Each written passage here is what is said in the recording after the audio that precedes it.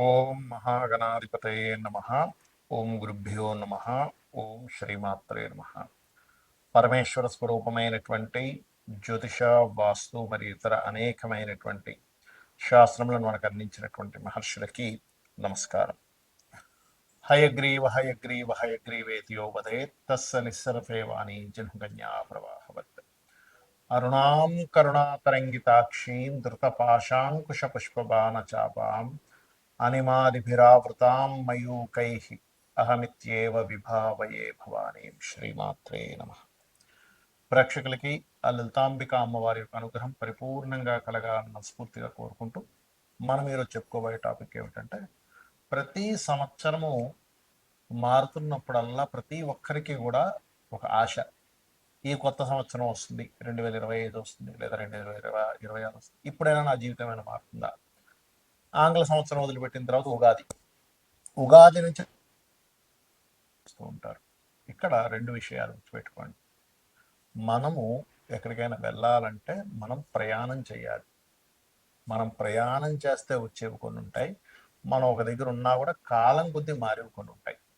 కాలంలో మరి జరిగేటువంటి మార్పుల ద్వారా మన జీవితాలు కొంత మారుతూ ఉంటే, మనం చేసే ప్రయాణం ద్వారా, మనం తీసుకునే నిర్ణయాల ద్వారా, మనం ఉపాసించేటువంటి దేవతా స్వరూపాల ద్వారా, మన ఆలోచన విధానం ద్వారా కొంత మారుతూ ఉంటుంది. ఆ రకంగా ప్రతి ఒక్కరికి కూడా ఫలానా నక్షత్రం నాదండి, ఫలానా రాశి నాది, ఫలానా లగ్నం నాది అని చెప్తూ ఉంటారు. అందులో పర్టికులర్గా నక్షత్రము, రాశి అనేటువంటి నక్షత్రం 24 గంటలు ఉంటే, రాశి 2.5 రోజులు ఉంటుంది. ఒక 2.5 రోజులకి ఒక రాశి మారుతూ ఉంటుంది చంద్రుడు. కానీ లగ్నం 2 గంటల అటు ఇటుగా, 2 గంటలకి ఒక 5-10 నిమిషాలు అటు ఇటుగా ఉంటుంది ప్రతి లగ్నం కూడా. మరి మీరు జన్మించిన లగ్నం బట్టి మీరు ఎటువంటి ఆలోచన విధానం కానివ్వండి, ఎటువంటి నిర్ణయాలు కానివ్వండి, ఎటువంటి దేవతా ఆరాధన కానివ్వండి, ఎటువంటి విషయాలను పట్టించుకోవాలి, వీటిని వదిలేయాలనేటువంటి విషయాలు మీరు స్పష్టంగా తెలుసుకోగలిగితే మీకు ఏ సంవత్సరం మారుతున్నా ఆనందదాయకంగానే ఉంటుంది. ఆ రకంగా మనం ప్రతి ఒక్క లగ్నానికి ఎటువంటివి పాటించాలి మీరు ఆనందంగా ఉండడానికి అనే విషయాలు మనం చెప్పుకుందాం. అయితే ఈ విషయాలు చెప్తుంది నేనైనప్పటికీ, బయటకు కనబడుతుంది అనేది చెప్తున్నట్టుగా ఉన్నప్పటికీ, చెప్పిస్తుంది పలికిస్తుంది అంత లలిత అమ్మవారిగా భావిస్తూ ఒక్కొక్క లగ్నం మనం తెలుసుకుందాం. కన్యా లగ్నము, కన్యా రాశి. కన్యవారికి ఇక్కడ గొప్ప విషయం ఏంటంటే, శనికి పంచమాధిపతి, షష్టమాధిపతి రెండూ వస్తున్నాయి.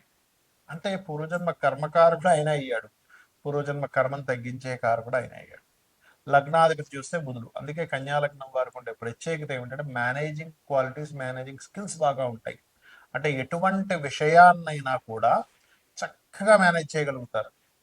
ఇది నాకు రాదు, ఇది నేను చేయలేను అనేటువంటిది ఉండదు. ఒకసారి చూసుకుంటారా, ఓకే నేను చేసేసుకుంటాను. అది ఒక డిఫరెంట్ కాన్ఫిడెన్స్ లెవెల్స్ అండి మేనేజింగ్ స్కిల్స్లో. కన్యాలకు 99% of people.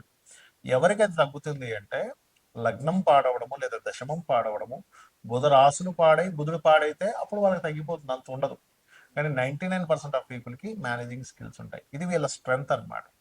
అయితే ఇక్కడ ఎటువంటి దానం ఇస్తే వీరికి మొట్టమొదటిగా వీళ్ళు పూర్వజన్మ కర్మ తగ్గి వీరు చేసేటువంటి ప్రయత్నాలు ఫలిస్తాయి అంటే, నువ్వులు, తెల్ల నువ్వులు, నీలం రంగు వస్త్రము, బియ్యము, తెలుపు రంగు వస్త్రము దానంగా ఇవ్వాలి.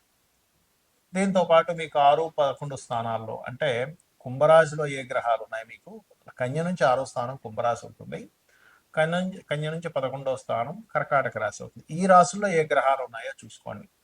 ఈ రాశుల్లో ఉండేటువంటి గ్రహాలకి సంబంధించిన దానం ఇస్తూ ఉండండి. మీకు మీరుగా ఇవ్వచ్చు, ఏమి కంగారు పడక్కర్లేదు. మీరు ఇవి ఇచ్చారు అంటే మీరు క్లియర్ అయిపోతారు, గుర్తుపెట్టుకోండి. క్లియర్ అయిపోతుంది సమస్య అనేది. అవి చేయండి. అది ఎన్నిసార్లు ఇవ్వాలంటే ఒక 7 సార్లు ఇవ్వాలి. మీ స్తోమతను బట్టి తర్వాత వీలున్నప్పుడల్లా 3 నెలలకి 4 నెలలకు ఒకసారి ఇస్తూ ఉండొచ్చు, తప్పులేదు. అలాగే ప్రతి లగ్నానికి ధనాన్ని ఇచ్చే కారకుడు ఎన్నో సమస్యలు ఉండేటువంటి ఉంటాయి. వాటన్నిటిని సెట్ చేసేది మీరు ఇష్టదైవమైనటువంటిది ఏది చేసుకుంటున్నా కూడా, మీరు మాత్యం కన్యా లగ్నం వారు వెంకటేశ్వర స్వామి యొక్క నామాన్ని వదిలిపెట్టకండి. ఓం నమో వెంకటేశాయ. ఈ నామాన్ని మీరు ఏ పని చేసుకుంటారైనా అనొచ్చు, గుర్తుపెట్టుకోండి. ఏమంటే నడుచుకుంటూ వెళ్తున్నాను అనొచ్చు. చాలామంది సందేహం వస్తుంది, ఏమండి మేము ఈ లేడీస్ మంత్లీ వన్స్ అవుతూ ఉంటారు, ఆ సమయంలో కూడా అనొచ్చు. అంటే నామస్మరణ ఏ సమయంలో అయినా అనొచ్చు. ఇది గుర్తుపెట్టుకోండి. ఆ సమయంలో అనకూడదు అని అనుకుంటే ఒకటే గుర్తుపెట్టుకుని నేను మీకు ఒక విషయం చెప్తా. ఏమిటంటే ఇప్పుడు మహాభారతం ఉంది. మహాభారతంలో శ్రీకృష్ణ పరమాత్మ ఆ యొక్క ద్రౌపది వస్త్రాభరణం జరుగుతుంటుంది. ఆ సమయంలో ఆవిడ ఆ యొక్క ఆ దీంట్లో ఉంటుంది. మంత్లీ వన్స్ వచ్చేటువంటి స్త్రీకి కానీ ఆ సమయంలో మరి కృష్ణుని ప్రార్థించిందిగా. అంటే మనం అర్థం చేసుకోవాల్సింది ఏంటంటే ఆ సమయంలో స్వామివారిని ప్రార్థించినా స్వామివారు వచ్చి రక్షిస్తాడయ్యా. అంతేగాని నువ్వు ఇప్పుడు 5 రోజులు నేను నిన్ను ముట్టుకోకూడదు కాబట్టి నేను నీ దగ్గర రానండు. పరమాత్మకు అలాంటివి ఏముండవు. కాకపోతే కొన్ని ఇంట్లో చేసే పూజాది విధానాలు, అదేవిధంగా పొయ్యి దగ్గరికి వెళ్ళకూడదు, కాస్త రెస్ట్ తీసుకోండి అని చెప్పడం జరిగింది. రైట్. అయితే ఇక్కడ మీకు ఈ ఓం నమో వెంకటేశాయ అనేటువంటి నామస్మరణ ఖచ్చితంగా చేయొచ్చు. అందులో ఎటువంటి సందేహం లేదు. అలాగే మరొక విషయం ఏంటంటే ఎక్కువగా గోవులకి బెల్లము తినిపిస్తూ ఉండండి. ఇది చాలా బాగా పనిచేస్తుంది. బెల్లం తినిపించడము వీలున్నప్పుడల్లా కూడా కాస్త ఏదైనా ఆలయాలకి అన్నముతో చేసిన పదార్థాన్ని ఏదైనా తయారు చేసి స్వామివారికి నైవేద్యంగా పెట్టి వాటిని ప్రసాదంగా పంచిపెట్టండి. 100% మీకు పూర్వజన్మ కర్మ ఏదైతే ఉంటుందో, ఎప్పుడైనా కర్మ పోయింది అంటే చాలు, మీరు ఎదుగుతారు, ధనం వస్తుంది, సఖ్యతలు పెరుగుతాయి, అనారోగ్యాలు, రోగాలు, గొడవలు ఇవన్నీ కూడా తగ్గుతాయి.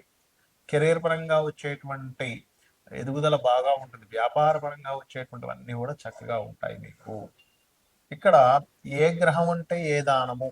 ఇక్కడ దానాలు 2 రకాలుగా ఉంటాయి. చాలా మంది అడుగుతుంటారు, ఏమండి మేము ఆలయంలో పురోహితులకే ఇవ్వాలా, పేదవాళ్ళకి కూడా ఇవ్వచ్చా? ఖచ్చితంగా ఇవ్వచ్చు. కాకపోతే దాని ఫలితంలో మార్పు ఉంటుంది. అంటే ఎలా అంటే చిన్న ఎగ్జాంపుల్ చెప్తాను చూడండి. మీరు మీ దగ్గర కొంత ధనం ఉంది ఉదాహరణకి. ఆ ధనాన్ని తీసుకెళ్ళి మీ అకౌంట్లో వేయడం ఒక ఎత్తు, అది మీ అకౌంట్లో జమ అవుతుంది. ఆ ధనాన్ని తీసుకెళ్ళి మీ యొక్క అప్పు తీర్చడం మీ ధనమే, కానీ ఇక్కడ ఎవరికి ఇస్తున్నారు? మీ యొక్క క్రెడిట్ కార్డు వాడికి ఇస్తున్నాడు. క్రెడిట్ లైన్ తగ్గుతుంది. ఇక్కడేమో మీరు జమ చేసుకుంటున్నారు బ్యాంకులో. ఇదే ధనం మీరు ఇద్దరికి ఇచ్చినప్పుడు ఎలా అయితే తేడా ఉంటుందో, పేదవాళ్ళకి ఇచ్చినప్పుడు ఇచ్చేటువంటి ఫలితం పరమేశ్వరుడు ఒక రకంగా ఇస్తాడు. ఈ పురోహితులకి ఇచ్చినటువంటిది ఏదైతే ఉంటుందో గ్రహరూపేణ దోషం పోవాలని, అప్పుడు మరొక ఫలితం వస్తుంది మనకి. ఇప్పుడు గ్రహదోషం పోవాలి, 6వ స్థానంలో పలానా గ్రహం ఉంది, రగున్నాడు ఉదాహరణకి, అప్పుడు గోధుమలు దానం. పురోహితుడికి ఇస్తున్నారు అనుకోండి, దేనికి ఇస్తున్నాము అంటే మీరు పూర్వజన్మల్లో తెలుసో తెలియకో చేసినటువంటి ఒక కర్మ చేశారు. అది మీకు తెలియదు, అది బ్యాడ్ కర్మ అని కూడా మీకు తెలియదు, ఏదో చేసేసారు. ఆ బ్యాడ్ కర్మ సంబంధించినటువంటిది ఏదైతే ఉందో దాని దోషం ఒక గ్రహ రూపమైన ఒక సాఫ్ట్వేర్ రూపంలో మనకు వచ్చింది. అప్పుడు ఆ గోధుమలు తీసుకెళ్ళి పురోహితుడికి, అది కూడా నిత్య సంధ్యావందనం చేసే వారికే ఇవ్వాలి. ఎందుకంటే వాళ్ళకి మాత్రమే మీరు ఇచ్చినటువంటి దానాన్ని స్వీకరించి మరలా సంధ్యావందనం చేయడం ద్వారా అది అక్కడికి పోతుంది. అలా మీ సంకల్పం చెప్పుకొని, ఇందులో కూడా చాలా వేరియేషన్స్ ఉన్నాయి. చాలామంది ఏమంటుంటారంటే నాకు ఫోన్ చేసి, ఏమండి టెంపుల్కి వెళ్ళాము దానం ఇద్దామని, అక్కడ ఆ మూలను పెట్టేసి వెళ్ళిపోండి అన్నారు. అలా ఇస్తే మనకి ఫలితం వస్తుందా అని అడుగుతుంటారు. నేను ఒకటి చెప్తాను. మీరు ఒక బ్యాంక్ వెళ్ళారు, మీది ఏదో ఎందులోనో ఒక బ్యాంకులో మీకు అకౌంట్ ఉంది. అక్కడికి వెళ్ళి ఆ బ్యాంకులో ఒక మూలం ధనాన్ని పెట్టేసి వచ్చేసారు. మీరు మీ అకౌంట్లోకి వెళ్తుందా?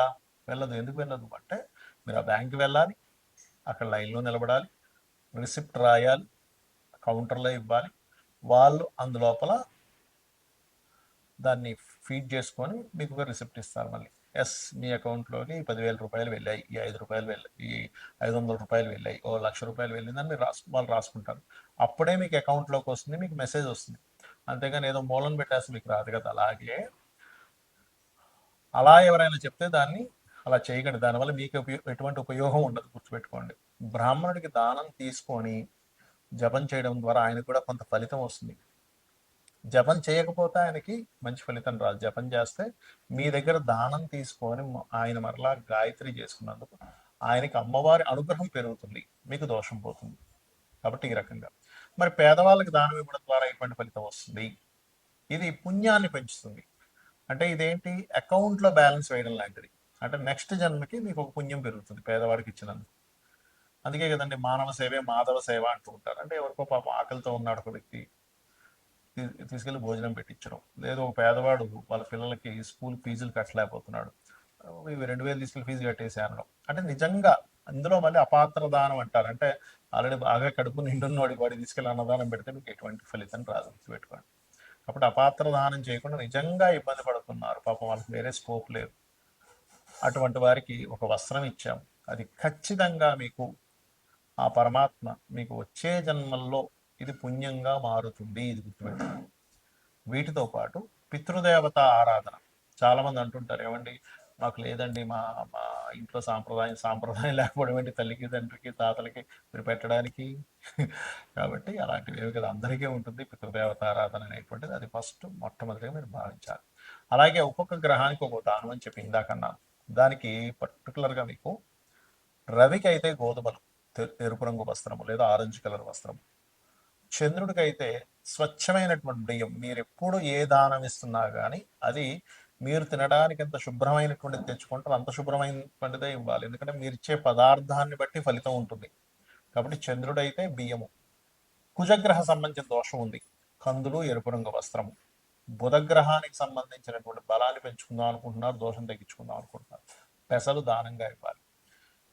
గురుగ్రహానికి శనగలు, పసుపు రంగు వస్త్రము. అదేవిధంగా శుక్రగ్రహానికి బొబ్బర్లు, తెలుపు రంగు వస్త్రము. అదేవిధంగా శనికి నువ్వులు, నీలం రంగు వస్త్రము. కొంతమంది నల్ల నువ్వులు వద్దు తెల్ల నువ్వులు అంటున్నారండి, కొంతమంది నల్ల నువ్వులు ఇవ్వాలంటున్నారు. అంటే ఒకటి గుర్తుపెట్టుకొని, నువ్వులు ఇవ్వాలి. అయితే తెల్ల నువ్వులు ఎందుకు ప్రిఫర్ చేస్తామంటే వాళ్ళు తినడానికి యోగ్యవంతంగా ఉన్న నల్ల నువ్వులు అయితే అలాగా తినలేరు కదా, అది ఎక్కువగా వేస్టేజ్ అయిపోతుంది అనేటువంటి భావనతో తెల్ల నువ్వులు ఇవ్వాలని చెప్తూ ఉంటాం. అదేవిధంగా రాహువుకి అయితే మినుములు, కేతువుకి అయితే ఉలవలు దానంగా ఇవ్వండి. ఈ దానం ఇచ్చేటప్పుడు కూడా నాకేదో డబ్బులు ఉన్నాయి కాబట్టి ఇక్కడ ఏదో ఇంకా ఈ కార్యక్రమం చేయాలి కాబట్టి ఇస్తున్నాం అనే భావనతో ఇచ్చారంటే 1% కూడా మీకు ఫలితం రాదు. తీసుకునే వ్యక్తి కూడా అబ్బాబా ఇదేదో నాకు ఇదంతా ఈ దోషాన్నంతా నాకు అంటగడుతున్నాడు అనే భావంతో తీసుకున్నా కూడా అక్కడ సరిగా ఫలించదు. అంటే ఇచ్చేవాడికి ఫలించదని కాదు, తీసుకునే వ్యక్తికి అది సరైనటువంటి ధర్మాన్ని పాటించనట్టుగా అర్థం, దాని అర్థం. కాబట్టి మీరు ఈశ్వర స్వరూపంగా భావిస్తూ ఆ యొక్క పురోహితుడికి కానివ్వండి, పేదవాడికైనా సరే ఈశ్వర స్వరూపంగా భావిస్తూనే మీరు ఆ దానాన్ని ఇవ్వాలి.